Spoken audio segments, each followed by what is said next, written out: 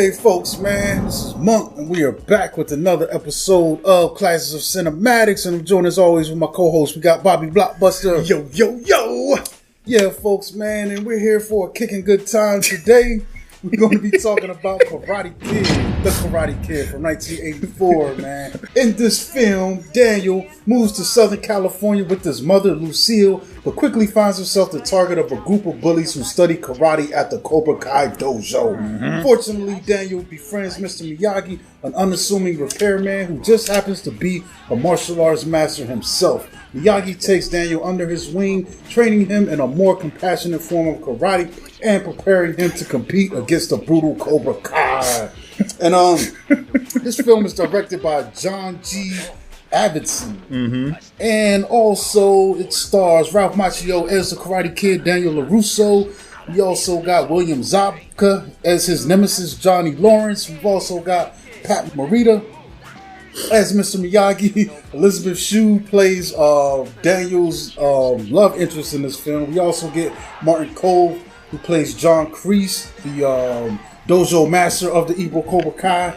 We also got Randee Heller as Lucille LaRusso, Danny's mother. Those are going to be our main guys. Everyone else is kind of a goon and other stuff, you know.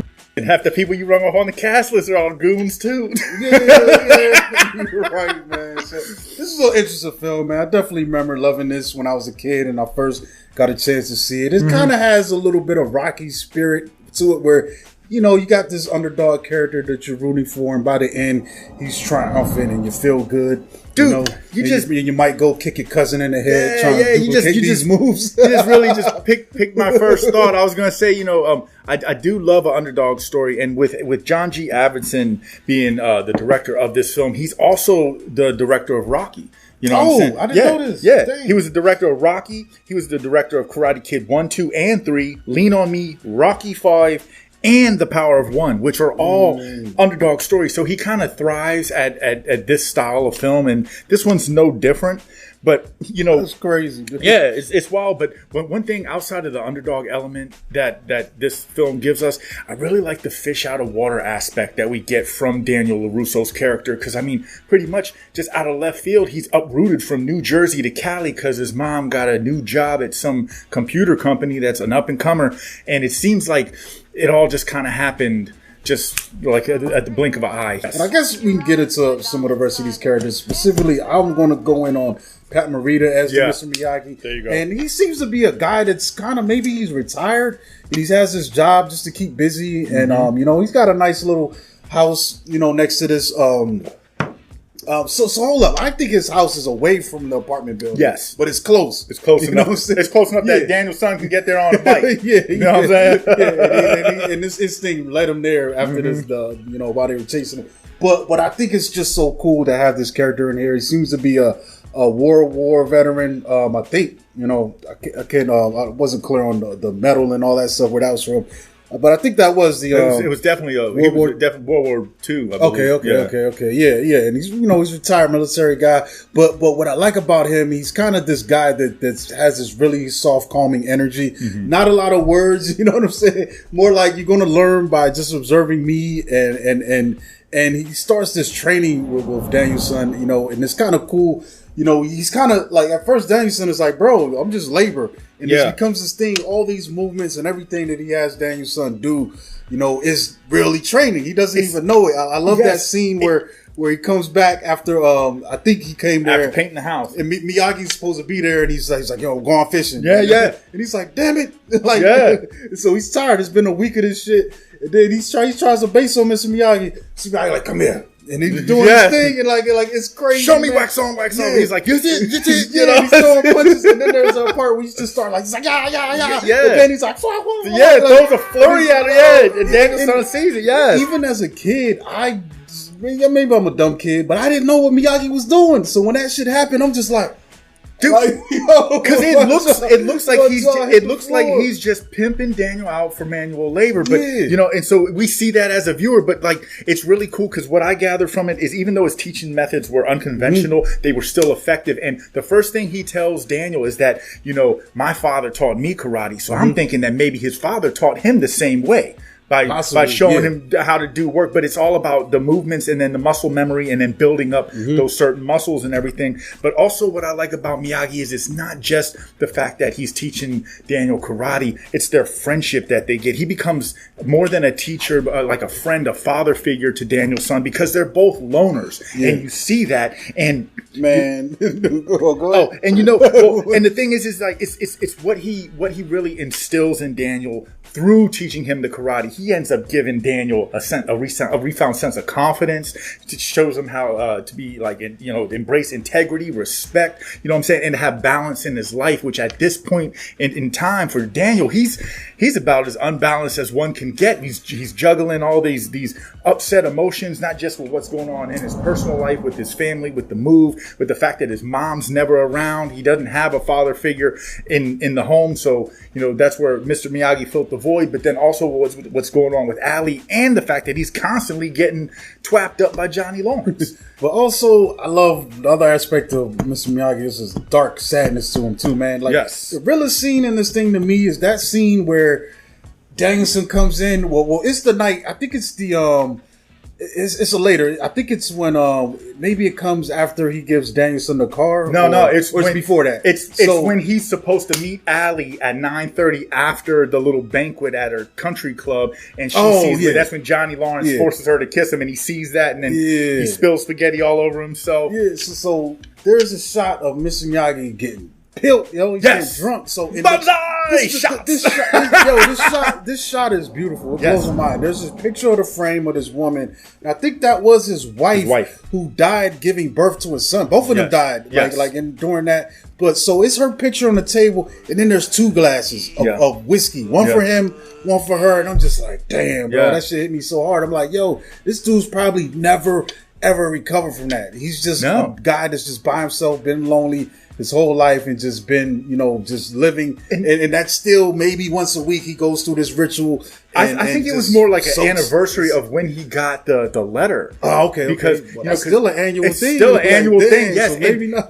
Dude, it was like, it was so gut wrenching to see, because when Daniel comes in, it's like he gets a sense of comfort, like, okay, my friend is here, but then he starts reenacting what happened. Like he stands up, he salutes, he's like, General Miyagi here to kill, whatever soldiers, and then he starts talking about how I guess his commanding officer was like, we got this letter, there was complications with your wife giving birth, and then he just goes off and he cries.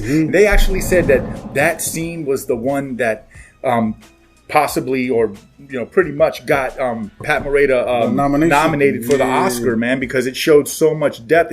It's so much of a 180 twist to what we get the whole other 90% of the movie with him as Mr. Miyagi. You know what I mean? It's interesting, man, because on one hand you got the Cobra Kai leader. He's just this gun-ho, like, military guy. But then on the other hand, you got like the different side of that same military guy, but like the softer, more like the impact side. Now, not just his heroics, like what I did, I killed all these people, but also Miyagi's side is like, look what this also cost me too. He's a human. He's a human being. Whereas crazy. as Kreese is like, he's just numb. He's like, he just wants to instill pain and fear in everyone, because maybe that's what got him through the war that he was in. Whether I think he was in the Vietnam War, because he's significantly younger than Mr. Miyagi. But there was one part that I really liked too, is when Miyagi's telling Daniel, he's like, there are no bad students in karate, only bad teachers, and you can see that is a reflection of Cobra Kai at its fullest. Because you look at the antics of what they do. It's kind of even messed up for him to be a teacher and he's sanctioning what they're doing in the community. He's encouraging this bad boy stuff. He's sending them out to do it, that's messed up, and that's the thing where where you get William Zabka as Johnny Lawrence. He's so over the top as a bully. He's got to be up there as one of the most unlikable bullies in film. I kind of liked him in here though. Like I liked him the portrayal, I would say. He killed it. I'm not condoning the actions. Not the bully, not the bulliness, but he's not the worst I've seen though. He's he doesn't do anything out of the ordinary for me. Like he's on Danny's ass, but I've seen way crazier. Seen way worse. Shit, in real life. You know what I'm saying? But the thing is that, like, he portrayed this character, this bully element, so good that they even said that like the extras in the crowd during the tournament scenes were still booing him when the camera stopped rolling. And then he actually said that, you know, later on in life after this film came out, that people would run up on him and try to fight him. For real, they're like, man, we don't like what you did to Daniel, Johnny. And he's like, man, bro, it was a movie. Did he have martial arts training? No, I don't even feel like Danielson had training in this shit. That's like, the thing. He got the role. He only knew he was a wrestler. Yeah, he was a wrestler. The trippy part is how many people were almost casted as Daniel LaRusso. Dog, they before they were, you know, sold on Ralph. What was it, Macchio? Sean Penn, Robert Downey Jr., Charlie Sheen, John Cryer, Emilio Estevez, Nicolas Cage, Anthony Edwards, C. Thomas Howell, Tom Cruise, Eric Stoltz, and D.B. Sweeney, all were trying to get this role. Yeah. But they said that Macchio got the role because of his role in The Outsiders. You know what I mean? That makes sense. That makes sense. Because a lot of those dudes were in that movie too. Yeah, exactly. Yeah, but you know, that's pretty cool, man. Let me see. Yeah, Kreese is nuts, man, in this thing as well.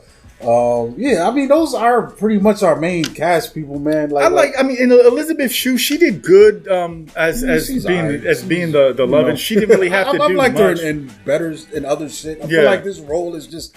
It's just, you know, whatever. You know. Well, I think this was her first role. They said that she got the role because she was in some Burger King commercial that was, you know, popular in the '80s, and so they went with her. Then you would get later though, where she really comes to her own and stuff like Adventures in Babysitting, and you know what I'm saying. She was really good in Hollow Man too. Yeah, things like that. But yeah, man. You know, and eventually all of this stuff building up to this tournament, man. So you know, the training, I think that stuff is cool. Especially, you know, once we get away from the initial cleaning shit. When he really takes him under his wing and the beat. Man, that's kind of cool, dude. Yeah, when he starts taking him to the waves into the field, and he's starting to look like a fighter, yo. I'm like, yo, all right, I see you, Dave, son. Like, dude, I'm with you. He really started to look like a fighter in training, and then he stopped looking like a fighter in the tournament again. He looked nervous in the service, dog. He was like, I don't know what to do. And that's the thing, though, because Miyagi's still like, remember your training. You know, he's like, shit got real now. I don't know.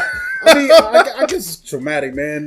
The last 3 times you try to fight, man, you got jacked up. So maybe, you know, that's something that's hard to get over. Reminds me when Bolo was like, brick don't hit back. Yeah. You know what I'm saying? So that's cool, man. I do like the tournament scene though, man, because that gets really intense. You get his first fight and he's all nervous. He actually backs out of the ring a couple times. He's like, one more time, man, I got to deduct a point. And then Miyagi's like, you know, remember the training. And he kicks my man, like he steps to the side and kicks him in the stomach. And then it's like, oh, point. You know, I guess he wins that match, and then all of a sudden it happens. It's like, you're the best. He does know, because Allie brings him the song. Yo, she's like, oh, you're the best, Daniel. Like, you're the best. Yo, that's man. Dude, that joint is crazy. And then we get the whole tournament montage, and they're just running through everybody. Through, like, twat. You see Johnny getting busy. You see Daniel's son getting busy, and people just couple other Cobra Kai's getting busy. Couple other just no-namers getting busy. That one big husky Cobra Kai guy got kicked all up in the chest. He's like, you know what I'm saying? But, you know, and that's the thing. When it comes to the fighting, I think that it was so tastefully done that even though that this was a film that was based around, you know, karate, martial arts and everything, it wasn't like oversaturated with it. It was like implemented and input in these spot check areas to still not overshadow the story, you know, where, you know, 90% of it is all the training. And then once we get to the tournament, it feels that much more gratifying and climactic because this is what we've been waiting for. We've been waiting to see, you know, all the training get put to use. And is Daniel-san finally going to get some get back? I mean, we've been rooting for him. I mean, the little guy just been wearing bruises like clothes. I do think it does run a little long, you know, for me. And I think that's because of all those bully scenes, man. I think, honestly, if you would have just gave us that one scene where Miyagi saved him, you could have trimmed like 15 minutes out of this thing, man. You know, or maybe even a little bit more. It made it more compact. Cause like, I feel like when we do get to that ending stage, it feels a little bit rushed, yo. It does. And I would have liked a little bit more of that tournament, Yes. the adversity, because as soon as that song goes, like you said, it's over. And then we just got Danny versus Johnny. And that gets interesting, man, because Danny's holding his own, bro, and he's in there, he's getting his points off, and then Kreese comes Why the bad guys always got to cheat though? Yeah, you know what I'm saying? Because no, it was the other dude that he fought the dude before the Johnny. semifinal. He was like, Kreese was like, take out his knee, and he's like, I can beat him. He's like, we ain't asking you to beat him, we're asking you to take him out, because Johnny is his poster child. He wants Johnny to raise the gold medal. He's like, so you gotta fall on the grenade there, my guy. And then I'm wondering if that guy might have been able to actually beat Johnny. That's what I'm saying. Some reason Johnny's a captain, and he's put all his chips. And I'm sure he didn't want to have Cobra Kai versus Cobra Kai in the final tournament. You know what I'm saying? They play on the same team. But then it's messed up because Danny's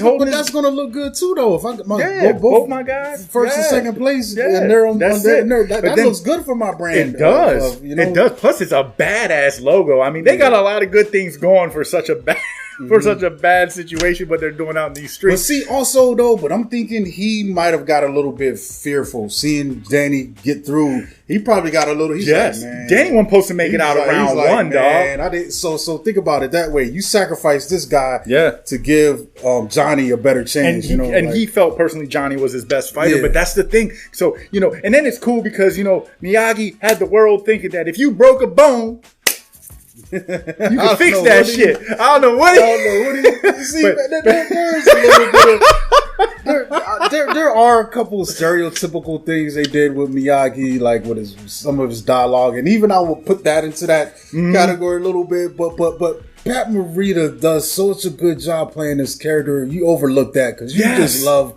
Miyagi, and it's funny, dude, though. Hit him with and Daniel So's like, "Can you fix my knee?" He was like, "Yes." Woo! And then he's holding his own against Johnny. That's how you fix an ACL, bro. I know. Or torn meniscus. You know what I'm saying? Bust your Achilles, twat, you good to go. I forgot what he says to him. He said, "Can you do the thing?" Like, I don't know what he fix my knee, man. He's like, "I know you can do it." And I'm like, "Bro, do you even know the extent of what that could do?" I mean, he fixed a little sore ass Peyton arm, but this is way different. Like from what they tried to make it seem is like he was rocking with like a torn like ACL or a dislocated knee or something. Like but even all hobbled up on one leg, he's still holding his own against Johnny. I mean, he gets the first 2 points when he does that little trip and then hits him in the back of the head. Johnny gets up with the nosebleed. That's when Kreese, his whole tone shifts. He was like, "Sweep the leg." And even Johnny looks scared. He's like, "Nah, man, come on." Like, and it's wild because that's messed up, man. That's that's one time where Johnny's not on the Cobra Kai philosophy of destroy. He's like, that's not fair. When Daniel-san does the crane, he kicks the shit out of Johnny's face. Man. We had Ellos trying to do that damn. Everybody was trying to do the crane kick. Ain't even nothing, man. Like, if you think about it, it's just a straight front snap kick. And you can do it without all the antics. But I think, I kind of think that the antics are what distract you because you're looking at everything else, not that foot flying to your jaw. I mean, this was out of a left field summer blockbuster. I mean, it was not expected to do well, coming in on an $8 million budget and grossing $130.8 million. That was great. And then just think of the influence and impact that it had on the masses after it dropped. I mean, this film has been credited for exposing karate and martial arts in the United States, like making it more of a thing. Which it definitely hit at a good time, though. When, like, I'm pretty sure the schools probably started popping up a little bit more. It's almost like the same thing that happened when Bruce Lee was popular. There was a wave hitting, and this was probably another second wave came with this kids wanting to go learn karate and tournaments and stuff like that. I remember because in '84 I was still too young to grasp this. I probably saw this closer to like 88, 89, and this was around the time where whenever you're watching Saturday morning cartoons, you'd get a Kim's Karate commercial. They had like maybe 4 sequels. There was 4. It was the Karate Kid 1, Karate Kid 2, 3, and then the next Karate Kid, the one with my girl Hilary Swank. There you go. And then there was the reboot with Lil Will Smith and then Jackie Chan. I love that joint. Yeah, man. that one was good. Really that was a good dude. reboot. That was a good reboot. But then on top of that, it's all of the merchandise, all of the T-shirts. There was a Nintendo game. Toys. There were toys, and then just not a few years back, the Funko Reaction, they dropped a Karate Kid set. Then also NECA dropped some stuff too. Dude, I had the Danielson action figure, and it had a plastic board that you could chop in half and put it back together. Like, yeah, dude, that's crazy. I'm looking at somebody got one. Somebody got one still in the pack for $250 on eBay. Wow. Wow, man. Yeah, but yeah, man, the merchandise and then like the home videos. And then probably crazy. Let's not forget the fact that then because of this film and the success of this franchise, years later it brought back to light one of the coolest TV series ever in Cobra Kai, where you get the flip side of the spectrum, where you're seeing the story told through Johnny Lawrence's eyes. And I mean, it started off as just a YouTube TV thing, ended up getting bought by Netflix. Yeah, that thing was that. I mean, it's skyrocketed. It skyrocketed, and it's just, I mean, conceptually so cool because they brought back all of the original actors and actresses. You know what I'm saying? Minus Pat Morita because he passed. Rest in peace. But it was just, it's really cool to see that, like, this film is like the gift that keeps on giving. You know what I mean? It just, it don't go away. I like how the Cobra Kai series also, excuse me, addresses the issues that these characters had. Like we see how Johnny grew up to be a maladjusted adult because of the Cobra Kai training.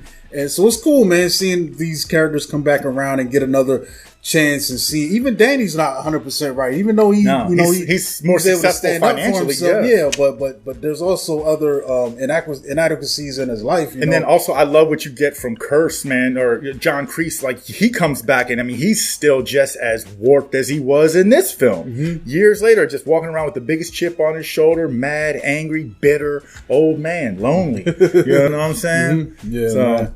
All right, folks, we're going to get out of here. This has been another episode of Classes of Cinematics. And follow us on Instagram at Classes of Cinematics. You can catch me at Monkey Blood on Twitter, Instagram. Subscribe, like the channel, turn on notifications, and we'll be back soon. Absolutely. And before I check out, I just want to say Happy Father's Day to all the meaningful fathers out there, because we are actually recording this on the day of. So, you know what I'm saying? If you're doing your thing as a father, you know what I'm saying? Keep doing it. Your kids appreciate you.